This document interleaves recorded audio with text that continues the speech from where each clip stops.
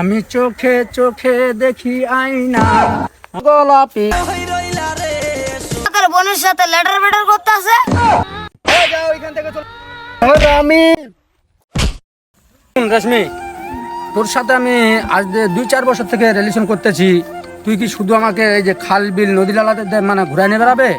চলো একটা দিন পার্কে যাই বসে 2-4 মিনিট কথা বলি, তাতে তোমারও একটু ভালো লাগবে আর আমাকে ভালো। আমি এতদিন পরে আসলাম বাংলাদেশে, আমার মন চাই তোমাকে নিয়ে যে কোনো পার্কে বসে 2 হাত দেখি জোরে ধরতে পারবো না একদিনও?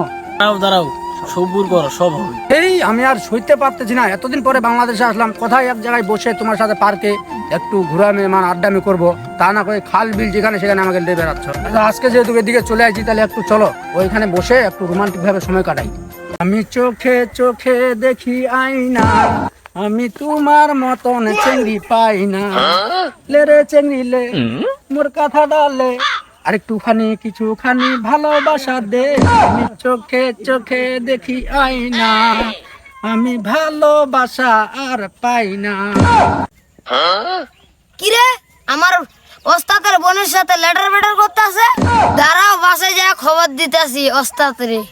ওস্তাদ ওস্তাদ ওস্তাদ, তোমার বহিনের সঙ্গে জানি কে লেটার বেটার করছে। কি আমার বোনের সাথে লেটার বেটার করতেছে? আমি এলাকার রানিং এমপি, আমার বোনের সাথে এমন করবে কে? ছেলেটার নাম কি? চলো আসো, তাকে আগুন ধরে জ্বালিয়ে দেবো, আসো। ও বন্ধু লাল গোলাপি,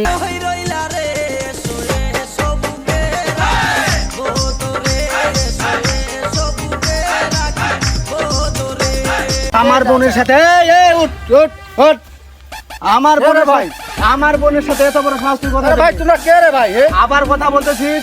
আমি এলাকার রানিং এমপি, তুই আমার চিনিস না? ভাইজান ওকে ছেড়ে দাও, ওকে আমি অনেক ভালোবাসি। এই ছোটু, একে বাসায় নিয়ে যাও, রুমের মধ্যে বন্দি করে রাখবে 1 মাস, যেন ও যেন বাসা থেকে বের না হতে পারে। যাও, ওকে নিয়ে যাও, নিয়ে যাও একদম বাসায়। ওর এত বড় সাহস!